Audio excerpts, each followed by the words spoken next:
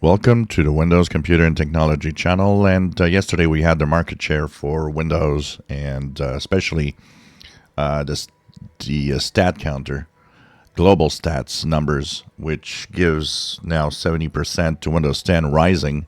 Windows 11 actually losing ground since the beginning of the year. And also we have some other numbers, Steam numbers, that we'll be looking at too. And also explaining why it's such a big difference, because among gamers on Steam, 45% are on Windows 11.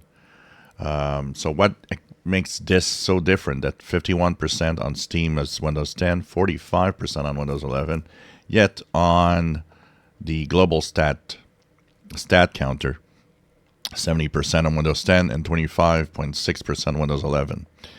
So first of all, a lot of you have been asking how they actually gather the numbers. Stat Counter, Global Stats, already says that they're not 100% accurate, but that they reflect pretty well the reality. And the way they measure it is with browser and also with apps that are installed that they can get telemetry from.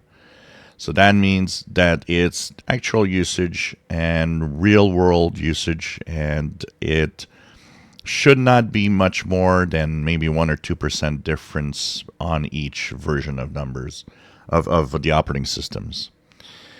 So what accounts for Windows 11 losing ground? It's very interesting because PC sales are apparently very strong since the beginning of the year. So that should have pushed Windows 11 because all the PCs sold right now are on Windows 11. Yet, we can account some of it to be business. Maybe some businesses have kind of, upgraded some systems or changed some systems and are still on Windows 10, which would push up the numbers. But this is a mix of business and, of course, home users. So that was also a question, is it just only business, or no, this is a mix of business and home users too. So it's a very mysterious number when we look at it, because with all the PC sales, we would think Windows 11 would go up. Is there something wrong in the way that they are gathering the info? I don't know. But it would seem that it's pretty accurate in general. Also, the fact that, because some people said, well, this is not a good number because Steam is at 45, so this is wrong. Remember that this is from regular users and business users. The Steam numbers are from gamers, and gamers are a very different breed of people. They are the ones that want to have the latest technologies in general because they want to run the latest games. And they are the ones that will have a higher chance of getting into a new operating system. Usually gamers are more curious and want to go to the latest, greatest, especially if anybody promises them that the games are going to run better. So I have no problem in understanding why Windows 11 adoption rate on Steam is actually much higher than the general population. It goes with the fact that they also have the latest hardware most of the time.